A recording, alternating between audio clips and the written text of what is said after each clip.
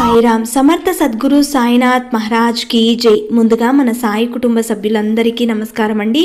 అందరూ కూడా సుఖంగా, సంతోషంగా, ఆరోగ్యంగా బాగుండాలని మనస్ఫూర్తిగా కోరుకుంటూ ఈరోజు వీడియో మొదలు పెడుతున్నాను. ఇక ఈరోజు వీడియోలో బాబా గారు ఏం చెప్పబోతున్నారు అంటే, తల్లి ఈ మొదటి సోమవారం నాడు చూడగానే శివలింగాన్ని తాకమ్మా, నీ జన్మ ధన్యం, కోరిన కోర్కెలు తీరిపోతాయి అని బాబా గారు ఒక గొప్ప సందేశాన్ని తీసుకొచ్చారండి.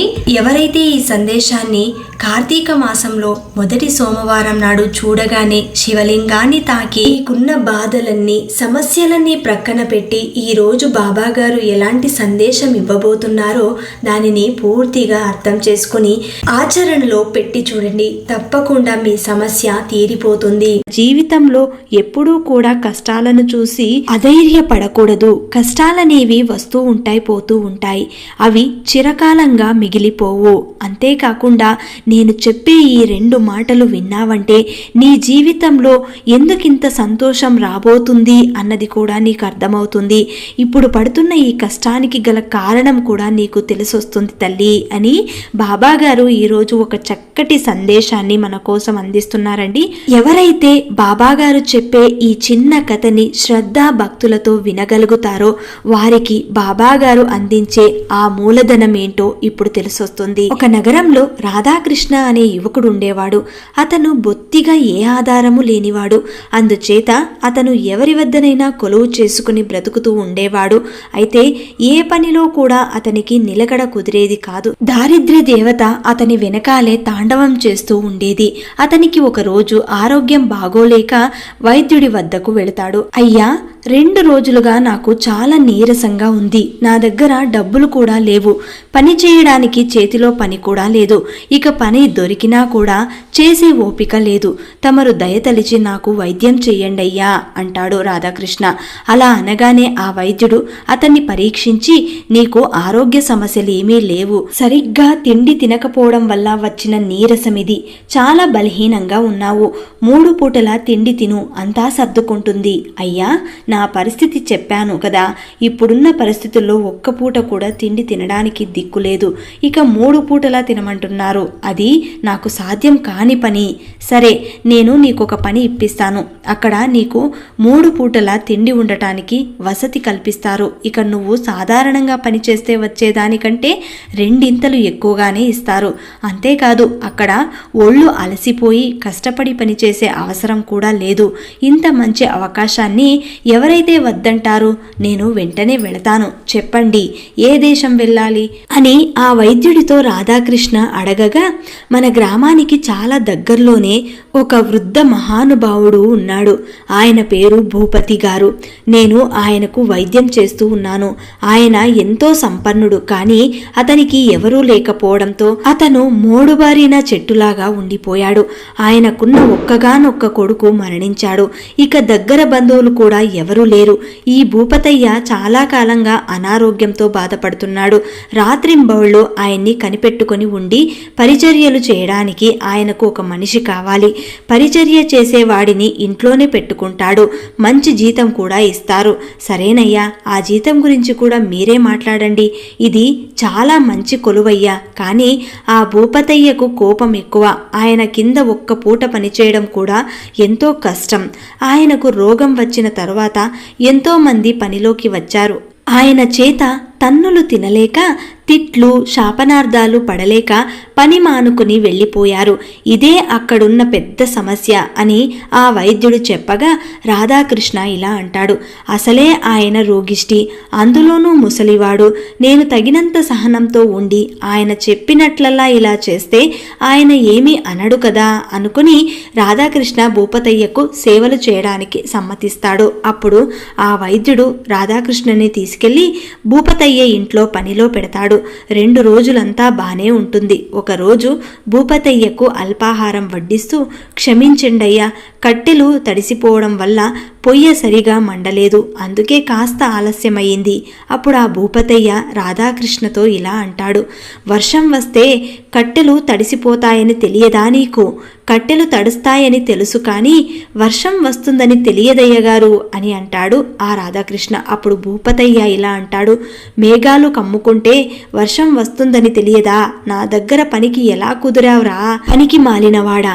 అయ్యా, చక్కగా ఎండ కాస్తుంది, అలాంటప్పుడు వర్షం పడుతుందని ఎవరు ఊహించగలరు అని రాధాకృష్ణ అనగానే, ఊహించాలి, నువ్వు పనిలో కుదిరినప్పుడు నా అవసరాలేంటి, నా అవసరాలు తీర్చడానికి కావలసినవి ఏమిటి, ఇవన్నీ నువ్వు ముందుగానే ఊహించాలి, ప్రకృతిని పసిగట్టాలి, వాతావరణాన్ని ఉడిసి పట్టుకోవాలి, నాకు సమయానికి అల్పాహారం పెట్టాలి, ఇవన్నీ చేయగలిగితేనే నువ్వు నా దగ్గర ఉండాలి. అయ్యా, నువ్వు చెప్పినవన్నీ నాలాంటి సామాన్య మానవులు చేసేవి కావు, అతీత శక్తులు ఉన్నవారైతే చేయగలరు. ఆ మాటలకు భూపతయ్యకు కోపం వస్తుంది. తింటూ ఉన్న అల్పాహారం ఆ కంచాన్ని తీసుకుని రాధాకృష్ణ మొహాన మీద పడేస్తాడు. అలా కొన్ని రోజులు గడుస్తాయి. భూపతయ్యకు పరీక్షించడానికి వైద్యుడు వస్తాడు. ఏం రాధాకృష్ణ, ఇక్కడెలా ఉంది? నీకు అన్ని సౌకర్యాలు నచ్చాయా?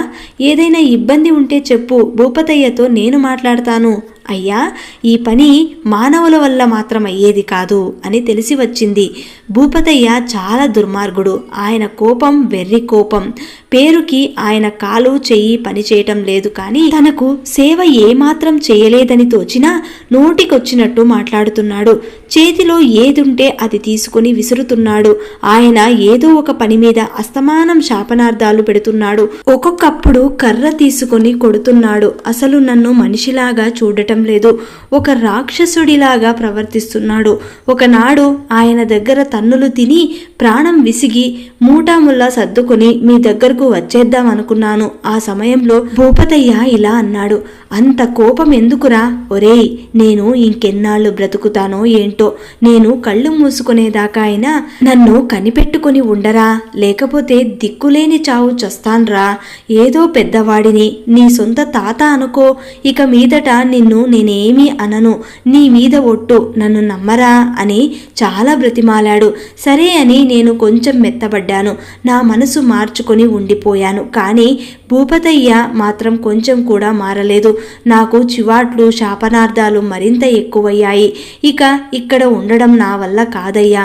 అప్పుడు ఆ వైద్యుడు ఇలా అంటాడు, ఇప్పుడు నువ్వున్న పరిస్థితుల్లో ఇంతకంటే మంచి ఉద్యోగం దొరుకుతుందా చెప్పు? నువ్వు బయటికి వెళ్ళి పని చేస్తే ఇంత పెద్ద మొత్తంలో జీతం వస్తుందా చెప్పు? పైగా ఇక్కడ ఏమాత్రం ఖర్చు కూడా ఉండదు. నేను భూపతయ్యతో మాట్లాడి ఇంకా కొంచెం జీతం ఎక్కువ ఇచ్చేలాగా మాట్లాడుతాను. అయినా సరే ఇక్కడ నేను ఉండను అని అంటే మాత్రం ఇక నేను ఆపను. నేను వెళ్ళి భూపతిని కలిసి వస్తాను. నీ నిర్ణయం ఏంటో చెప్పు అని వైద్యుడు అడగగా రాధాకృష్ణ ఆలోచనలో పడతాడు. వైద్యుడు భూపతయ్య దగ్గరికి వెళ్ళి, పోయిన మాసం కంటే ఇప్పటికీ నీ ఆరోగ్యం చాలా బాగా కుదుటపడింది భూపతయ్య గారు, సమయానికి మందులు తీసుకోండి, వాటి వివరాలు రాధాకృష్ణతో చెప్పి వెళతాను. ఓడిపోతాను అని తెలిసి కూడా యుద్ధం చేస్తున్నారు ఆ యమధర్మరాజు నుండి నన్ను కాపాడడం కోసం అని భూపతయ్య అనగానే వైద్యుడు ఇలా అంటాడు, ఏ ప్రయత్నం చేయకుండానే ఓడిపోవడం కంటే యుద్ధం చేసి ఓడిపోవడం మంచిదే కదా అంటూ ఆ వైద్యుడు రాధాకృష్ణ వద్దకు వచ్చి ఇలా అంటాడు, నిన్ను ఇక్కడే ఉండమని బలవంతం చేయనోయ్, వెళ్ళిపోతాను అంటే ఏదైనా సహాయం చేస్తాను. మీరు చెప్పింది విన్నాక ఇక్కడే ఉండాలనిపిస్తుంది, కానీ భూపతయ్యను తలుచుకుంటే భయంగా ఉందండి. మీరు నాకు బ్రతకడానికి దారి చూపించారు, కానీ అతను నాకు నరకం చూపిస్తున్నాడు. అప్పుడు వైద్యుడిలా అంటాడు, పాల సముద్రాన్ని చిలికినప్పుడు ముందుగా విషమే వచ్చింది, ఆ తర్వాతే కదా అమృతం వచ్చింది. అమృతం తాగే అదృష్టం ఉందో లేదో తెలియదు, కానీ విషం కక్కే మనిషి దగ్గర ఉండలేకపోతున్నాను. వైద్యుడు రాధాకృష్ణ చేతికి కొన్ని మందులిచ్చి ఎలా వాడాలో చెప్పి వెళ్ళిపోతాడు.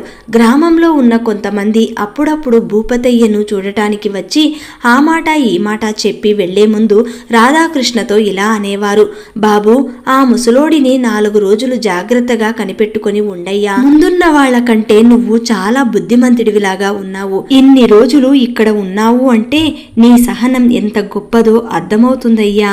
ఆ దేవుడు నీకు అంతా మంచే చేస్తాడు అనేవాళ్లు. అప్పుడప్పుడు వైద్యుడు వచ్చి మందులు ఇస్తూ ఎప్పుడెప్పుడు ఎంతెంత మోతాదులో వేసుకోవాలో వివరంగా చెప్పేవారు. మిగతా సమయాలలో రాధాకృష్ణకు తన యజమాని దౌర్జన్యం భరించటం తప్ప మరొక అనుభవం అయితే ఉండేది కాదు.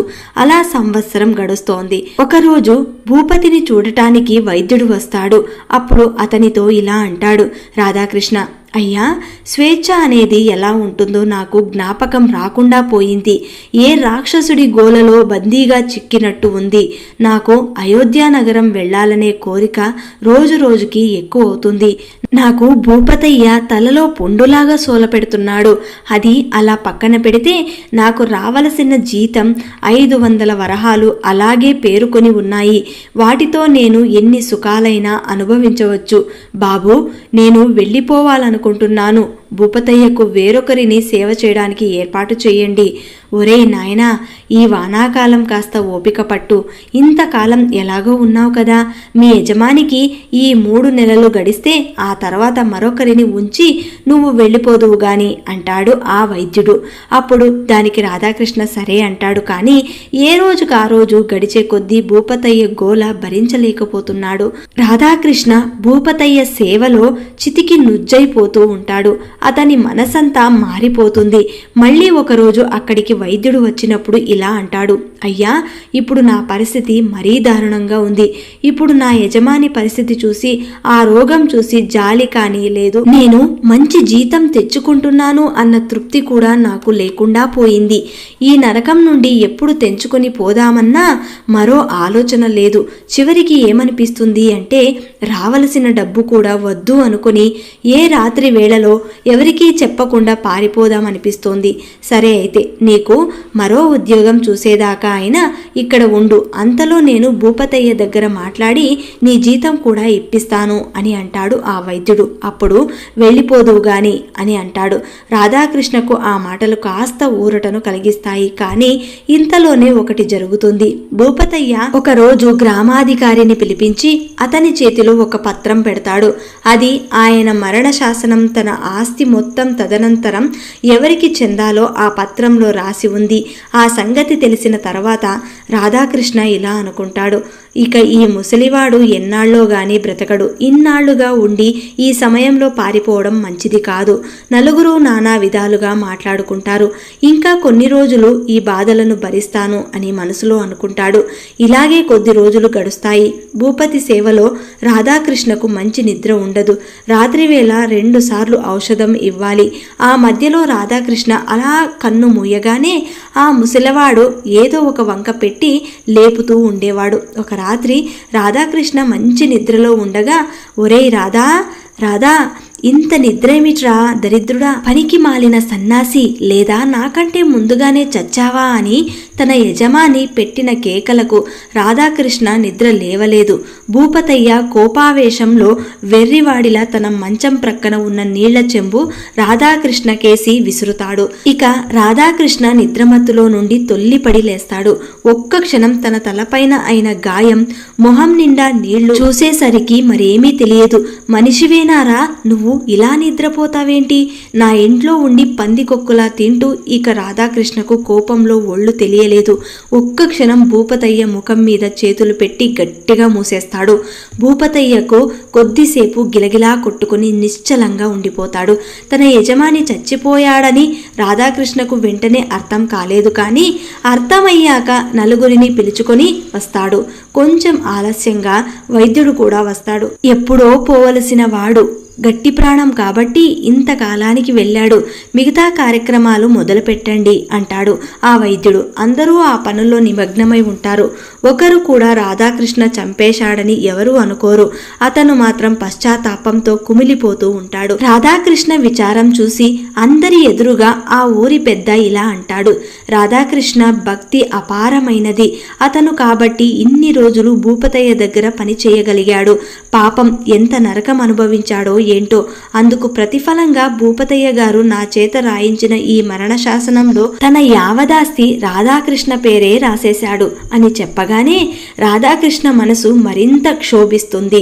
అప్పుడు మనసులో ఇలా అనుకుంటాడు, భూపతయ్య సొమ్ము చిల్లి గవ్వ కూడా నాకు అక్కర్లేదు, నేను ముట్టుకోను. కానీ ఈ సొత్తు నాకు వద్దు అంటే అందరూ కారణాలు అడుగుతారు. అప్పుడు నేను హత్య చేసిన సంగతి బయటపడుతుంది. అందుచేత ఆస్తి మొత్తం తీసుకుని పేదలకు, వికలాంగులకు, లేని వారికి అప్పచెప్పి నా దారిన నేను వెళ్ళిపోతాను అని అనుకుంటాడు రాధాకృష్ణ.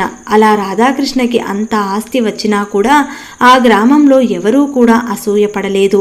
రాధాకృష్ణ మనిషి కాదు, దేవుడు లేకపోతే అంత కఠినమైన మనిషికి సేవలు ఎవరు చేస్తారు? ఎంత దుర్మార్గుడు, ఎటువంటి రాక్షసుడు!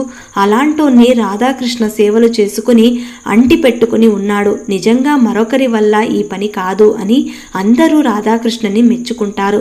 అందరూ తన యజమానిని నానా మాటలు అంటూ ఉంటే తన యజమానిని వెనకేసుకొని వస్తూ ఇలా అంటాడు, ఆయన మాట కఠినమండి, కానీ మనసు మాత్రం చాలా మంచిది అని సమర్థించవలసి వస్తోంది.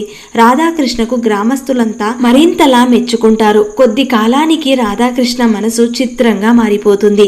అతను తనకు సంక్రమించిన ఆస్తిని దాన ధర్మాలకు ఖర్చు చేసే ఆలోచన మానుకొని పెళ్లి చేసుకుని ఆ గ్రామంలోనే భార్య బిడ్డలతో సుఖంగా జీవిస్తూ ఉంటాడు. దీన్ని బట్టి బాబాగారు మనకు ఏం తెలియజేస్తున్నారో ఇప్పటికే మనందరికీ అర్థమైంది అనుకుంటాను. ఒక మనిషి కష్టం అనుభవిస్తున్నాడు అంటే దానికి 100 కారణాలు ఉండవచ్చు.